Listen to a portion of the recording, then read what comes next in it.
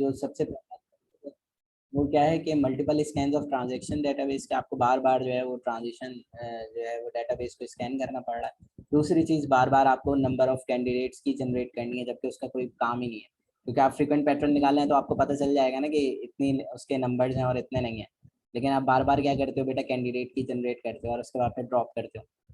तो इसके जो इम्प्रूविंग एप्रियोरी है, आप किस तरह इम्प्रूव कर सकते हो बेटा एप्रियोरी एल्गोरिथम को। और इन फ्यूचर ये हुआ भी बेटा, जब फ्रीक्वेंट पैटर्न एनालिसिस आएगा आगे जो हम पढ़ेंगे, तो आपके पास एफपी ग्रोथ जो है, एफपी ट्री, एफपी ग्रोथ जो आपके एल्गोरिथम है, उसमें हमने जो है वो इन अप्रोचेस को किया था। Reduces the passes of transaction database scan के आप रिड्यूस कर दें।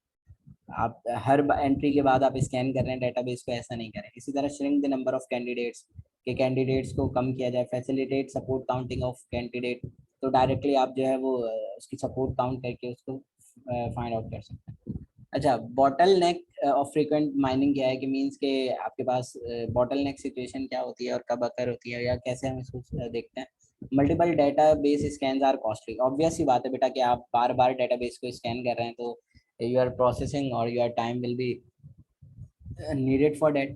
तो mining long patterns need many passes of scanning and generate a lot of candidate की, जबकि इसकी ज़रूरत ही नहीं है। ठीक है, टोटल फ्रीक्वेंट आइटम देखें बेटा, अगर 1 से 100 तक हैं, 1 से 100 तक है, तो आप देखें बेटा कि जब आपने 1 आइटम सेट जनरेट किया था एक बार स्कैन किया, जब 2 आइटम सेट किया तो दूसरी बार हुआ। तो इसी तरह वो कह रहे हैं कि आपने फ्रीक्वेंट आइटम सेट अगर 100 आइटम्स हैं उसके अंदर, तो आपको कितने आइटम्स स्कैन करने पड़ जाएंगे, 100। तो मीन्स के हर एक कैंडिडेट, मतलब आपके हर एक आइटम के लिए, एंट्री के लिए, फ्रीक्वेंट आइटम सेट के लिए, हर एक फ्रीक्वेंट आइटम सेट के लिए आपको एक स्कैन करना पड़ता है। तो अगर 100 हैं तो 100 करने पड़ जाएंगे, 1000 हैं तो 1000 करने पड़ जाएंगे। इसी तरह वो कह रहे हैं कि आपको इससे number of generation of candidates कितनी करनी पड़ेंगी, ये देखें बेटा, इतनी सारी numbers of generation of candidates की करनी पड़ेंगी, जो कि बॉटल नेक सिचुएशन क्रिएट हो जाएगी। मीन्स के नहीं हो रहा होगा काम आपसे। क्लियर है? तो candidate generation and test is a bottleneck situation in frequent pattern mining. तो can be avoid candidate generation, क्या हम अवॉइड कर सकते हैं? बिल्कुल कर सकते हैं। तो कैसे करेंगे वो आगे हम देखेंगे। ठीक है, तो आपके पास जो है वो, इन्होंने कुछ अप्रोचेस थी जो इन्होंने आपको गिवन करवाई थी, लेकिन हम उनके बजाय हम जाते हैं अपने एक अलग पैटर्न पे। वो क्या है, ये है आपका, इसको हमने देखना।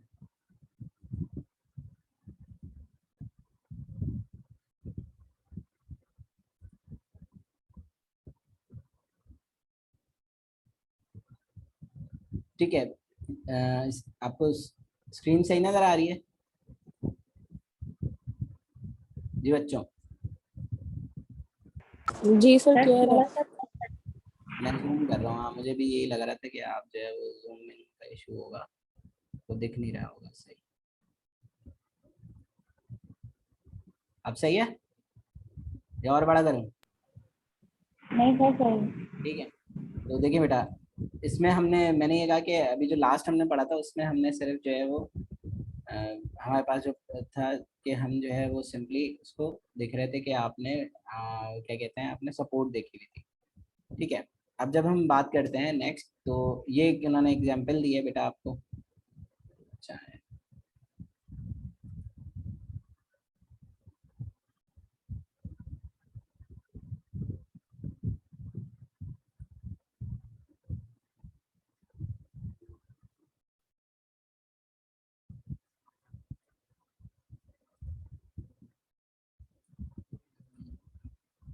जरा ठीक है।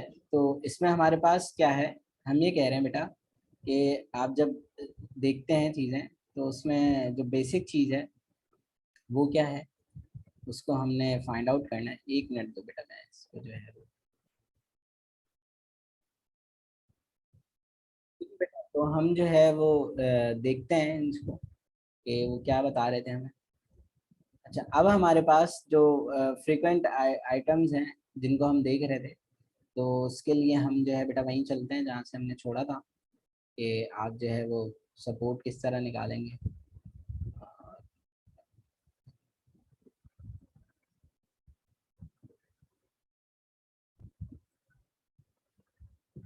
देखिए बेटा, तो जो हमने बात की थी बेटा कि आपके पास डाउनवर्ड क्लोजर होता है, उसको उन्होंने समझाने की कोशिश की है। तो आपके पास डाउनवर्ड अप्रोच के अंदर क्या किस तरह आप करते हैं, तो आप बेटा जब भी नाम सुनेंगे ना कि डाउनवर्ड क्लोजर यूज हुआ है फॉर फ्रीक्वेंट पैटर्न, तो आप जो है आप समझ जाइएगा कि आप एप्रियोरी एल्गोरिथम की बात कर रहे हैं। ठीक है, तो any subset of frequent item set must be frequent बात हुई थी। ठीक है, अब देखें बेटा, ये आपके पास आइटम सेट है A B C D E जो कि फ्रीक्वेंट है। ये जनरेट कैसे हुआ है इसको समझिएगा थोड़ा सा। देखिए बेटा, आपके पास इनिशियली कुछ भी नहीं है, आपके पास आइटम सेट है 1 A B C D E. तो अब आप क्या करते हो बेटा, आप जो फ्रीक्वेंट आइटम्स होते हैं आप उनको जनरेट करते हो। जनरेट कैसे करते हैं, आपने ए के साथ बी को जोड़ा, फिर ए के साथ सी को जोड़ा, फिर ए के साथ डी को जोड़ा, ए के साथ ई को जोड़ा। तो आप देखें ए B A C A D A, फिर बी के साथ सी को जोड़ा, बी के साथ डी को जोड़ा, बी के साथ ई को जोड़ा, आपके पास B C B D B E बन गया। इसी तरह सी डी सही है और सी ई बन गया, और इसी तरह लास्ट में डी ई बन गया। ये तो था बेटा 1 आइटम सेट से 2 आइटम सेट में आने का तरीका। फिर जब 2 से 3 में आते हैं तो बेटा क्या करते हैं, देखें आपके पास 2 में सिमिलर होना जरूरी है, जो मैं बात कर रहा था उस ट्रांजिशन के अंदर, क्योंकि उसमें लिमिटेड नंबर थे एंट्रीज के, आइटम्स के, यहाँ नहीं है। देखिए 2 सेम हो गए ए और ए, बस अब आप जो बराबर में जो आइटम्स है उनका एक पेयर बना देंगे ए बी सी। इसी तरह इसको देखेंगे और इसको देखेंगे, ए और ए सेम है तो ए बी डी बन जाएगा। इसी तरह ए और ए सेम है तो ए बी ई बन जाएगा। क्लियर है बेटा यहाँ तक बात, या कोई प्रॉब्लम है?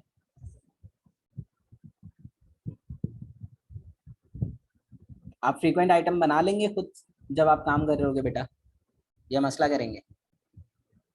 क्योंकि 3 वाला इसलिए समझा रहा हूँ कि 3 वाला वहां पे था नहीं प्रॉपर। जी बेटा नूर, बाकी सब कहाँ चलेगा?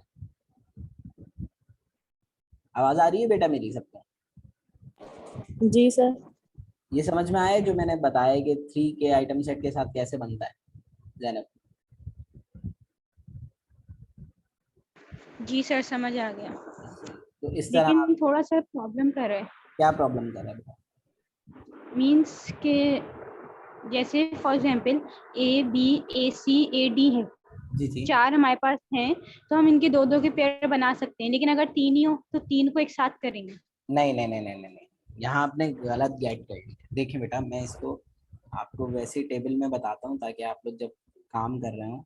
देखिए बेटा, आपके पास ए है और बी है, एक पेयर ये है, ठीक है, और एक पेयर है ए और सी, ठीक है। तो मैं ये समझा रहा हूँ बेटा, आप इससे थर्ड वाला पेयर, मतलब ऐसा आइटम सेट जिसमें 3 आइटम होंगे, वो तब बन सकता है कि जब ये वाला पार्ट सिमिलर हो। सही है? तो अब आपका जो सेट बनेगा वो बनेगा ए बी और सी, ठीक है। अगर इसके नीचे एक और सेट होता, वहां लिखा हुआ था बी और ई, ठीक है, तो अब हम ए के साथ कोई और सेट नहीं बना सकते, ए के साथ यही बन सकता था, बस ए यहाँ स्टॉप हो जाएगा। व्हाइट बोर्ड दिख रहा है ना बेटा? जी जी सर, दिख रहे हैं। अब समझ में आया क्या कह रहा हूँ मैं? जी सर, समझ आ गया। अगर यहाँ पे ऐसा हो जाए, आगे देखें सी ए और सी बी, ठीक है, अब क्या होगा, अब नेक्स्ट टर्न तो होनी चाहिए थी इसकी, ऐसे ही था ना बेटा, लेकिन इससे बन नहीं सकता। क्यों? क्योंकि इसके नीचे कोई बी नहीं है। तो जब तक ये रेपिटेशन चलता रहेगा तब तक आइटम सेट बनते रहेंगे। अब बनेगा दूसरा जो फ्रीक्वेंट आइटम सेट होगा, वो बनेगा सी ए बी, सी ए और बी। ए वाला बी वाला जो ये है ना, ये क्योंकि फ्रीक्वेंट ही नहीं है, नीचे कोई एलिमेंट ही नहीं है बी वाला, तो इस वजह से हम इसको ड्रॉप कर देते हैं। क्लियर है बेटा ये बात या नहीं? जी सर, क्लियर है। ठीक है, तो अब आप समझो इसको जो मैं समझा रहा था। आपने देखा ए बी और ए सी है, 2 आइटम सेट है, बिल्कुल है। हमने देखा ए और ए सिमिलर है, बिल्कुल है, तो हमारा थर्ड वाला पेयर बन जाएगा, मतलब 3 आइटम सेट वाला फ्रीक्वेंट पैटर्न बनेगा। अगर यहाँ नहीं होता, जैसे अभी देखना आगे आएगा, ए और डी के साथ किया मैंने तो ए बी डी बन गया, ए और ई के साथ किया बना, क्या बना, ए बी ई बन गया। फिर मैंने देखा अब ए बी और बी सी आ गया, क्या मैंने आगे कोई आइटम सेट बनाया इससे रिलेटेड, ए बी सी करके? कुछ नहीं बनाया ना। क्यों? क्योंकि नहीं। क्योंकि सिमिलर ही नहीं था ना।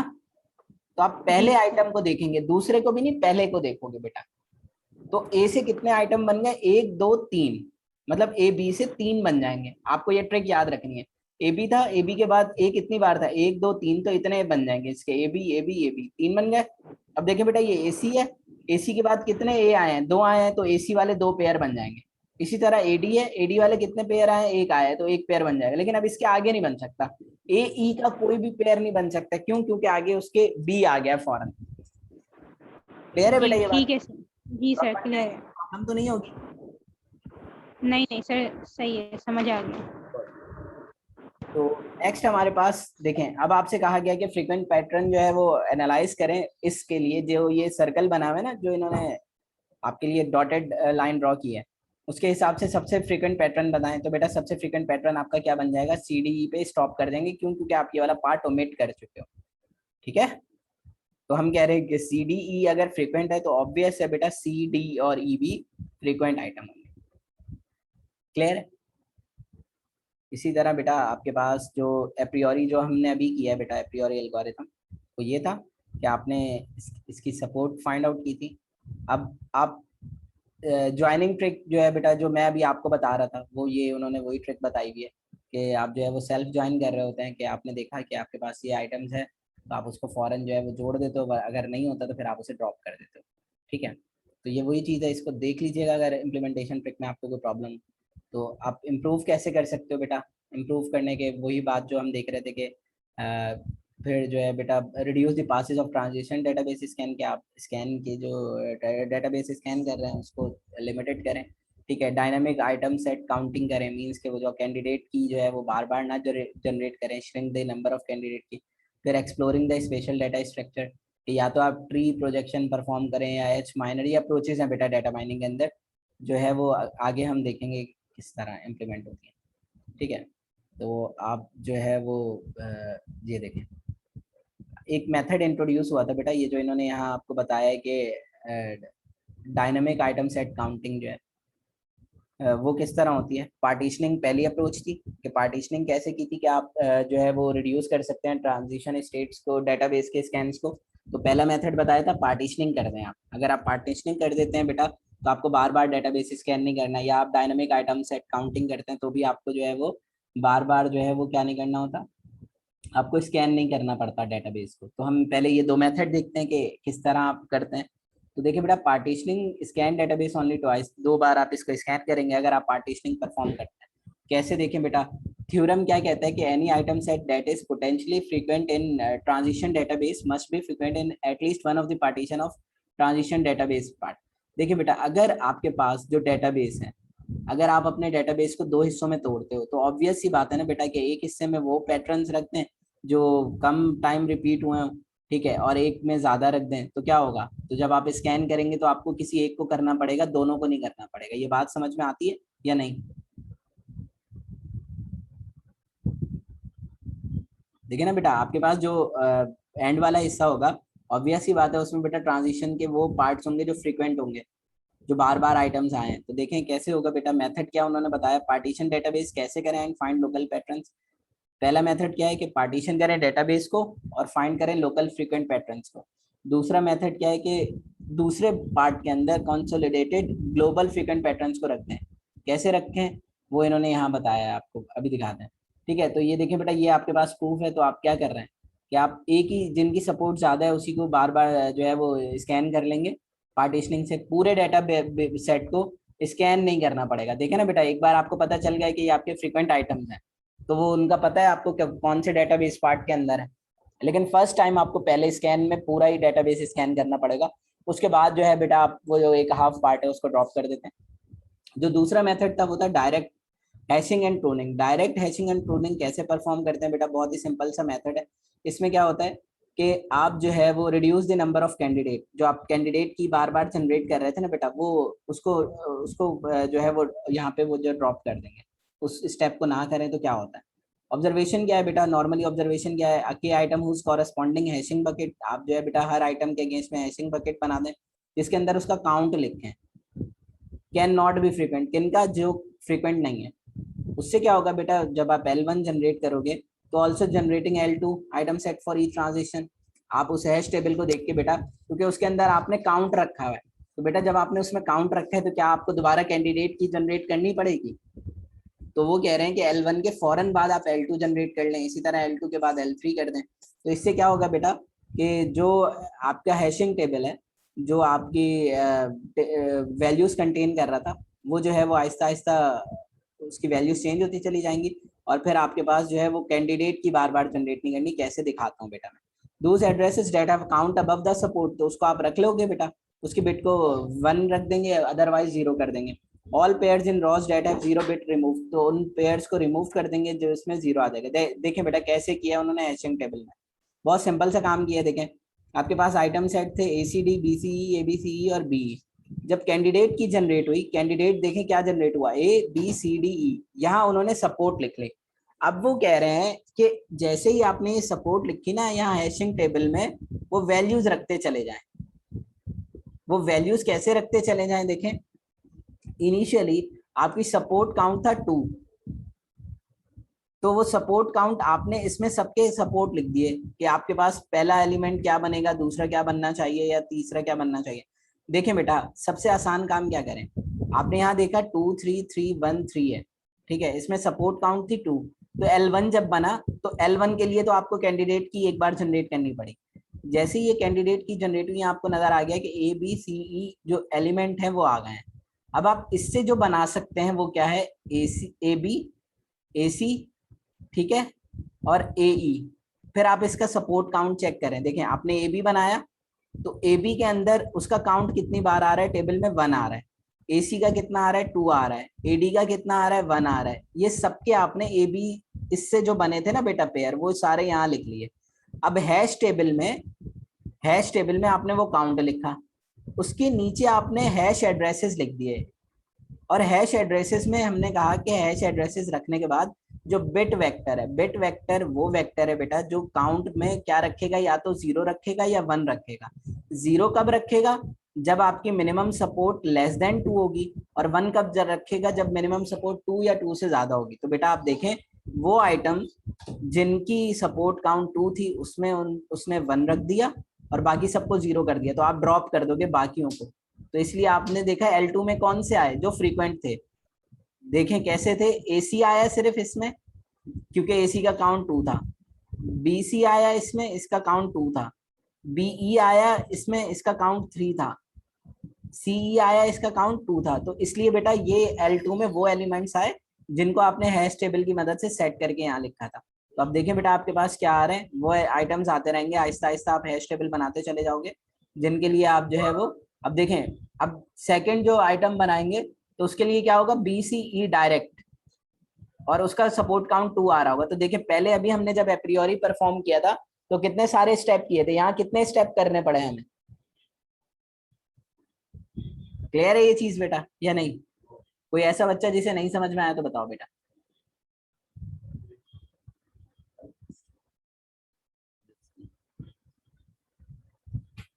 जी बच्चों समझ में आया है?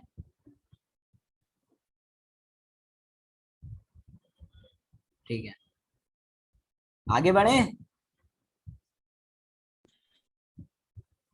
इसमें आप देख सकते हैं इतना काम आपको एप्रियोरी में करना पड़ा था, उससे हाफ काम करना पड़ा है कि डेटाबेस एक बार स्कैन हुआ है, कैंडिडेट की एक बार जनरेट हुई है, और फ्रीक्वेंट पैटर्न भी आपके एक फ्रीक्वेंट पैटर्न तो ऑब्वियस है कि वो 3 बार जनरेट होंगे, तो उसको आपने इजीली मैनेज कर लिया। ठीक है, तो देन जो है आपके पास आज तक के लिए हम इसे इतना ही रखते हैं, और आपने कुछ पूछना है तो बेटा मुझे बता दो।